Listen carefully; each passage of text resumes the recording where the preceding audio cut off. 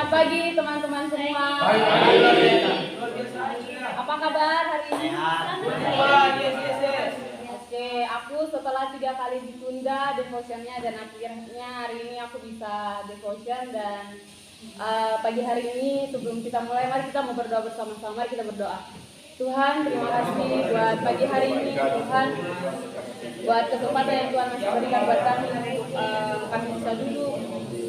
Mau Tuhan mendengarkan isi hati-Mu Tuhan pagi hari ini harus kita Tuhan yang hadir yang kasih aku hikmat ketika aku menyampaikan ini biar Roh Kudus yang bekerja Tuhan dan mereka teman-teman aku yang mendengarkan biar mereka semua boleh mengerti. Terima kasih Tuhan, bersyukur Tuhan menyerahkan devotion pagi hari ini ke dalam tangan kasih-Mu dalam nama Yesus. Amin. Amin. Oke. Jadi pagi hari ini kita akan membahas nilai YWAM yang ke-8, internasional dan interdenominasi. Jadi ada yang tahu apa artinya internasional? Ya apa? Maksudnya mencakup apa kalau internasional? Ya betul. Kalau interdenominasi? Seluruh denominasi. Gereja. Interdenominasi Keberagaman gereja. Nanti di dalam. Nanti di dalam. Ya artinya ya maksudnya teman-teman semua kita di sini interdenominasi. Aku mau nanya Kak Yorin dari gereja apa? Aku MKP. Kak Novi? Fani? Bang Eka? GPD. Bang Martin gerejanya apa? Bang Godman? Apa?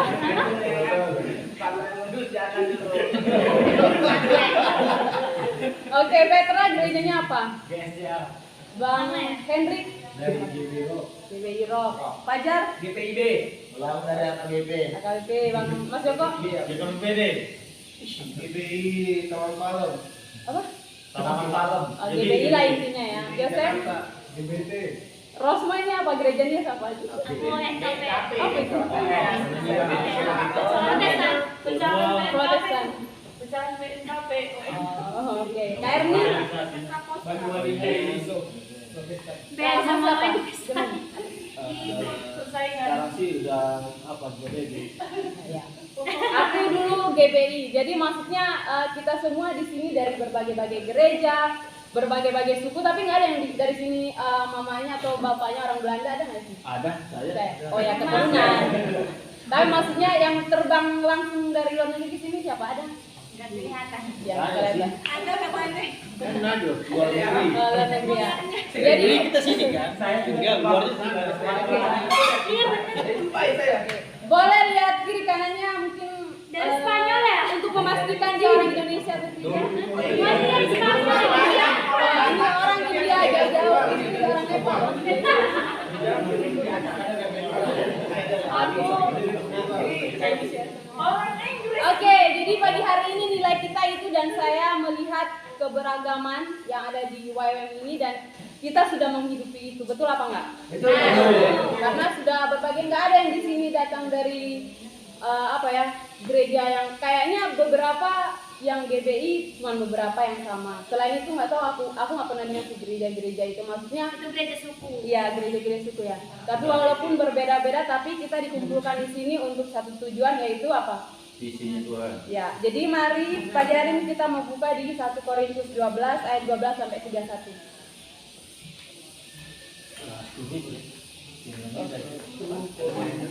Kita membaca bergantian ya. Ini ayat utamanya 1 Korintus 12 ayat 12 sampai 31.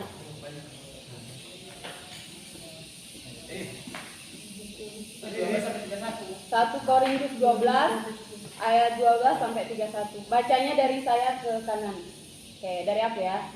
Banyak. 1 Korintus 12. Oke, banyak anggota tetapi satu tubuh. Ayat 12. Karena sama seperti tubuh itu satu dan anggotanya banyak, dan segala anggota itu sekalipun banyak merupakan satu tubuh. Demikianlah pula Kristus.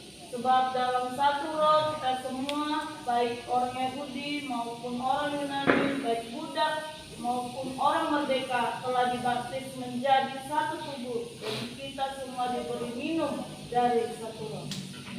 Karena tubuh juga tidak terdiri dari satu anggota, tetapi atas banyak anggota.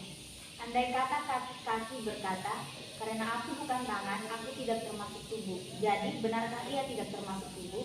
Dan andai kata telinga berkata, karena aku bukan mata, aku tidak termasuk tubuh. Jadi benarkah ia tidak termasuk tubuh? 17. Andai kata tubuh seluruhnya adalah mata, manakah pendengaran? Dan andai kata seluruhnya adalah telinga, di manakah penciuman? Tetapi Allah telah memberikan kepada anggota masing-masing secara khusus suatu tempat pada tubuh seperti yang dikehendakinya. Andai kata semuanya adalah satu anggota, di manakah tubuh? 20. Memang ada banyak anggota seperti yang disebutkan.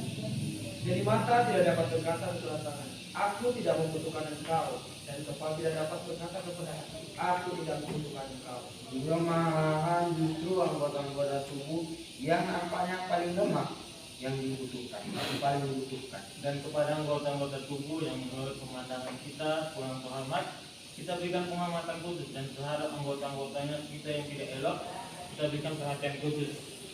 Hal itu tidak dibutuhkan oleh anggota-anggota yang kita yang elok. Allah telah menyusun tubuh kita begitu rupa sehingga kepada anggota-anggota yang tidak mulia diberikan penghormatan khusus.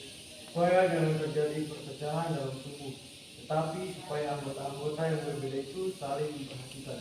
Karena itu, jika satu anggota menderita, semua anggota turut menderita. Jika satu anggota dihormati, semua anggota turut bersuka cita. Kamu semua adalah tubuh Kristus dan kamu masing-masing adalah anggotanya. Dan Allah telah menetapkan beberapa orang dalam jemaat. Pertama sebagai rasul, kedua sebagai nabi, ketiga sebagai pengajar. Selanjutnya mereka yang mendapat karunia untuk mengadakan mujizat, untuk menyembuhkan, untuk melayani, untuk memimpin, dan untuk berkata-kata dalam bahasa roh. Adakah mereka semua rasul atau nabi atau pengajar? Adakah mereka semua mendapat karunia untuk mengadakan mujizat? Atau untuk menyembuhkan, atau untuk berkata-kata dalam bahasa roh, atau untuk menafsirkan bahasa roh? Jadi, berusahalah untuk memperoleh karunia-karunia yang paling utama, dan aku menunjukkan kepadamu jalan yang lebih utama lagi. Amin.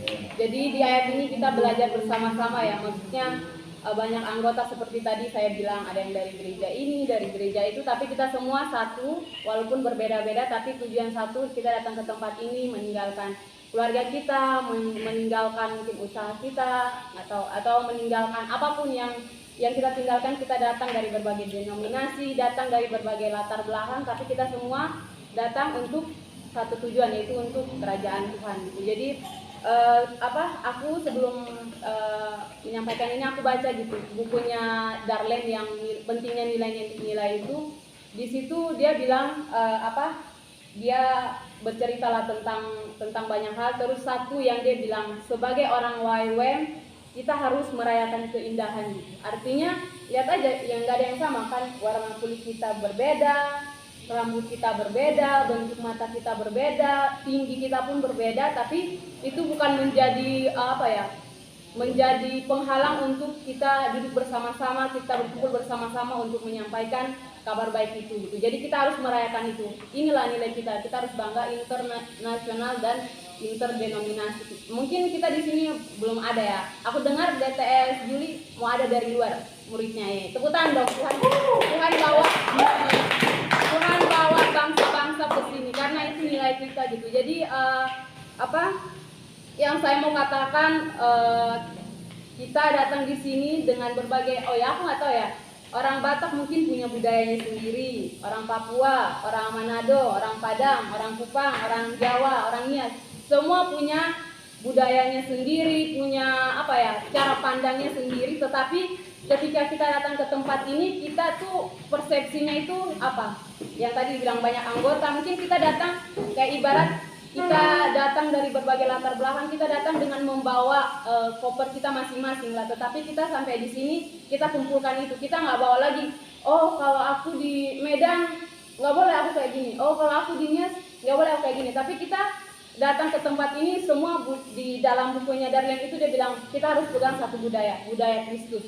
Nggak ada di sini datang bilang kita YWAM Bandung ini harus pakai budaya Batak aja, atau nggak ada di sini datang WM kita ini pakai budaya apa, budaya Manado aja, nggak ada. Tapi kita semua dipersatukan dengan apa? Dengan kebenaran, dengan satu, yaitu satu tujuan yang apa? Amanat agung itu. Jadi makanya ketika kita datang ke sini kita nggak bawa-bawa budaya-budaya kita lagi. Mungkin kadang-kadang masih ada omongan, udah aku di kampung aku nggak gitu. Kadang-kadang Bang Marin kalau misalnya marah, ya nggak boleh sih, tapi Bang Marin kadang-kadang keluarin kata-kata, nggak usah kau bawa kampung-kampung kau gitu. Maksudnya ya apa ya? Semua orang datang dari budaya yang berbeda. Bang Marin mungkin ngomong gitu. Dia mungkin ya berpikir, oh kan kita udah sama, kan kita udah apa di sini nggak boleh kok bawa ini, kita harus satu. Maksudnya pemahaman kita di sini kalau Tuhan kebenaran yang sudah kita tahu jangan kita bawa yang lama-lama lagi. Mungkin maksud Bang Madin itu, dan ya itu benar juga sih. Maksudnya ketika kita datang ke YWM ini dengan kita nggak bawa doktrin kita lagi kan, karena kita sudah punya nilai-nilai ini. Ada berapa nilai di YWM? Dan hari ini kita bahas nilai ke-8. Kita nggak datang misalnya Mas Joko datang, dia bawa nilainya dari mana? Dari Aceh Singkil, terus ditambahkan, kan nggak ada. Kita maksudnya kita beragam dari beragam, kita punya tarian daerah masing-masing, mungkin kita punya makanan daerah masing-masing, makanan khas, tapi itu semua luar biasa ya. Maksudnya Tuhan pakai keberagaman itu seperti yang ayat kita baca itu untuk kita menjadi satu gitu, untuk memperluas kerajaan Tuhan gitu. Jadi aku baca ya, dalam buku Pentingnya Nilai-Nilai dikatakan bahwa kita harus merayakan keindahan dari bangsa-bangsa, dan kita harus paham dan memegang budaya Yesus sebagai standar kita. Artinya ketika kita melayani Tuhan, kita melihat kepada nilai-nilai yang Yesus sudah ajarkan, supaya kita bisa menjalani bersama-sama. Contohnya, jika kita membawa budaya kita masing-masing, maka semua akan kacau, karena di dalam setiap suku kita terdapat banyak ajaran. Untuk itu ajaran Yesuslah yang mempersatukan kita. Kan kita di sini apa yang kita ini kan yang mempersatukan kita kan, firman Tuhan kan. Kayak tadi aku bilang, kalau kita datang bawa adat-adat kita lah, maksudnya suku kita masing-masing, ya tidak akan terjadi sesuatu. Maksudnya kalau kita datang dengan membanggakan suku-suku aku, maksudnya ini yang paling benar, itu yang paling benar, kayaknya kamu kayak aku mau tanya, misalnya di Padang lah kakak, di gereja kakak misalnya nyanyinya apa, tepuk tangan, boleh apa enggak? Nggak boleh. Di Pani di gerejanya nyanyinya tepuk tangan, boleh apa enggak? Nggak boleh. Siapa lagi di Bang Madin gerejanya boleh menyembah, tepuk tangan dan merdeka, menyembah ya berarti. Bang Godman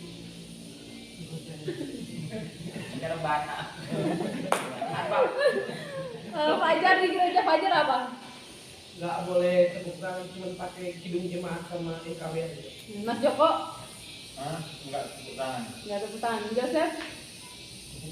Nah, misalnya contoh kan, ini kan ada yang tepuk tangan. Misalnya ini lucu kali kan, misalnya worship kan, terus Kak Yorin keluar, pokoknya aku dari gereja aku nggak boleh tepuk tangan aku, kalian semua salah. Nah kayak mana itu kalau misalnya kayak gitu? Kalau kita datang membawa gereja doktrin kita masing-masing, gimana itu? menganggap dirinya paling benar. Nah itu gimana Bang?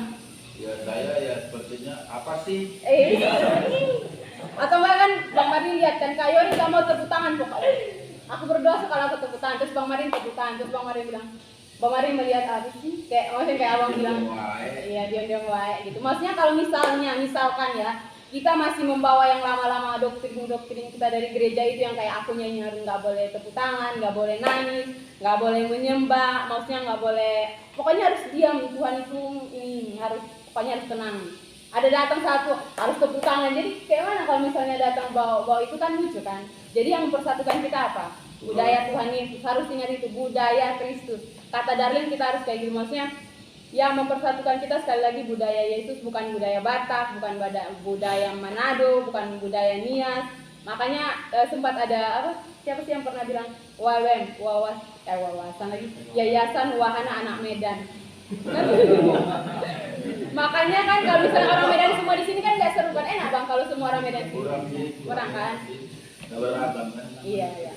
Makanya ada yang dari Papua, dari Sumba, dari Sibolga, dari Padang, dari Manado kan. maksudnya Tuhan membawa kita semua di sini. Oh ya, dari Tasik. Dari Banjar. Ya, dari Banjar. Ya, dari Nias. Ya. Jadi maksudnya itu, jadi kita dipersatukan dari luar biasa Tuhan kan membawa kita dari latar belakang yang berbeda, bangsa yang berbeda, tapi kita tuh dipersatukan itu hanya karena ini, karena Tuhan, karena budaya Tuhan yang Tuhan ajarkan apa kebenaran kan? Yang maksudnya coba Kayorin, nilai kita yang sama, maksudnya kayak yang dulu kan kakak nggak boleh ini kan, yang kakak lihat setelah di sini nilai kita yang sama apa? Iya maksudnya yang budaya Kristus yang Tuhan ajarkan, maksudnya nggak doktrin. Kamu budaya kita yang sama itu kita sama-sama hidup dalam kekudusan Tuhan yang menjaga hidup. Nah ini salah satunya. Nggak ada kan di gereja kalian kita nggak boleh kita nggak boleh kudus. Ada? Nggak ada kan? Budaya kita apa? Tuhan mengajarkan kita kekudusan, ya itulah. Itu kan nggak ada di ya aku percaya juga nggak ada gereja bilang yang nggak boleh kudus ya. Tapi maksudnya itulah kan budaya yang mempersatukan kita salah satunya kekudusan. Karena apa mungkin? Yang kakak lihat sehari-hari hidup kita, oh ini mempersatukan kita. Makanya kita bisa tinggal di sini, ada yang udah 3 tahun, 5 tahun. Merasakan saling menerima dan apa ya, dari ajar untuk mengasihi sekalipun ini kita kasih mengasihi seperti itu kan. Nah salah satu budayanya budaya Tuhan mengasihi. Bang Eka Jadi mengasihi sih, karena kan ketika ini kan sudah berbagai-bagai daerah, berbagai-bagai suku, tapi bisa saling mengasihi, saling menerima satu dengan yang lain. Bang Wadis kenapa Bang? Saling menghargai ya, saling menghargai setiap individu itu dan saling mengasihi. Oke. Itu budaya-budaya yang mempersatukan kita. Nggak ada ketika Tuhan panggil Loren, Tuhan bilang yang karismatik aja yang boleh jadi YWM. Ada di situ dibilang, nggak ada kan? Makanya aku bilang kan, dari berbagai denominasi Tuhan panggil kita untuk menjadi seorang YWMers untuk memperluas kerajaan Tuhan gitu. Jadi yang menjadi apa? Yang pemersatu kita kan tadi itu kan kekudusan, mengasihi. Ada satu perpecahan yang mungkin membuat kita yang inilah ya bakal terpecah. Salah satunya itu rasis sama doktrin. Kalau kita masih rasis kayak kenapa kamu pendek, kenapa kamu keriting, itu berarti kamu orang nggak tahu ya, orang yang belum mungkin cara pandangnya belum berubah di dalam Tuhan. Karena Tuhan panggil kita kan bukan Tuhan mau pakai kulit putih aja, atau Tuhan mau pakai orang yang tinggi aja, atau Tuhan mau pakai orang Amerika aja, kan nggak ada. Tuhan datang, Tuhan bilang secara khusus Tuhan pakai orang ini aja, kan Tuhan datang memakai semua gitu. Makanya salah satu senjata iblis pakai itu rasis. Kalau orang-orang rasis apa? Ada perpecahan kok. Kalau kita di sini mungkin saling mengejek, ya kita nggak akan bisa duduk kayak gini. Mungkin udah ada baku hantam terus apalah perpecahan lah. Jadi salah satu senjata iblis itu rasis ya itulah rasis. Jadi nggak boleh kita rasis di sini ya, karena aku percaya kita orang YWM, kita nilai kita ini, dan ketika ada teman-teman kita yang mungkin berbeda dari kita menghargai itu. Nggak boleh ada kata-kata yang menjatuhkan atau melemahkan, karena kita punya nilai itu. Tuhan kasih nilai itu kepada YWM gitu. Dan apa lagi ya? Dan yang ini interdenominasi ini sih, maksudnya yang kita lain-lain gereja tapi kita satu untuk datang untuk kerajaan Tuhan. Jadi intinya dari sharing aku, salah satu lagi contoh Abraham. Ketika Abraham dipanggil, dia keluar kan dari daerahnya. Di Kejadian, kita baca Kejadian 12 ayat 1 sampai 4. Biar kita belajar juga. Si Abraham meninggalkan daerah. Kejadian 12 ayat 1 sampai 4.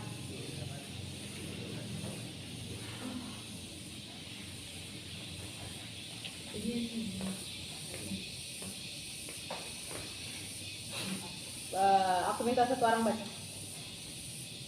Abram dipanggil Allah. Berfirmanlah Tuhan kepada Abram, pergilah dari negerimu dan dari sanak saudaramu dan dari rumah bapamu ini ke negeri yang akan kutunjukkan kepadamu. Aku akan membuat engkau menjadi bangsa yang besar dan memberkati engkau serta membuat namamu masyhur, dan engkau akan menjadi berkat. Aku akan memberkati orang-orang yang memberkati engkau dan mengutuk orang-orang yang mengutuk engkau, dan olehmu semua kaum di muka bumi akan mendapat berkat. Lalu pergilah Abram seperti yang difirmankan Tuhan kepadanya, dan Lot pun ikut bersama-sama dengan dia.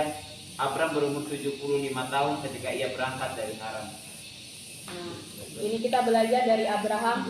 Abraham dipanggil Tuhan keluar dari tempat tinggalnya dia. Mungkin kayak kita sekarang kan, kita dipanggil.